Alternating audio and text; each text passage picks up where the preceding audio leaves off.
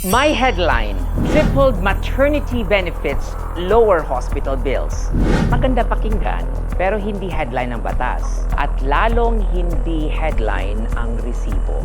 Walang bagong maternity law. Nakatayo pa rin tayo sa Republic Act number 11210. So kung may tripling, hindi ito bagong karapatan. Implementation lang ang pinaasan.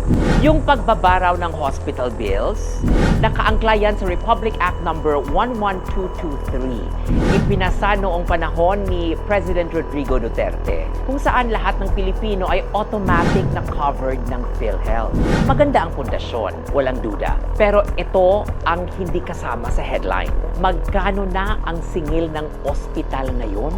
Magkano na ang professional fee ng doctors? Kung tumaas ang benepisyo, pero tumaas din ang presyo ng serbisyo, pareho lang ang ending. PhilHealth uses fixed case rates. Pero ang ospital at doktor, hindi fixed ang singil. Doon nagkakaroon ng gap. Kaya kahit may tulong, may mabigat pa ring babayaran. At dito tayo dapat maging tapat.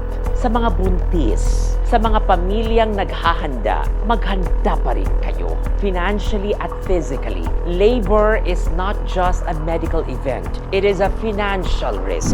Huwag muna tayong umasa ng buo sa gobyerno hanggat wala pang mas malalim, mas komprehensibong health benefits package na totoong mararamdaman sa billing. Because as of today, kung ang middle class ay isang emergency lang ang layo sa pagkaubos ng ipon, paano pa kaya ang nasa laylayan? That is the real measure of healthcare. Hindi kung gaano kaganda ang programa, kundi kung gaano karaming Pilipino ang hindi na kailangan mamimili sa pagitan ng kalusugan at ng pagkabaon sa utang. Another day, another Regal POV.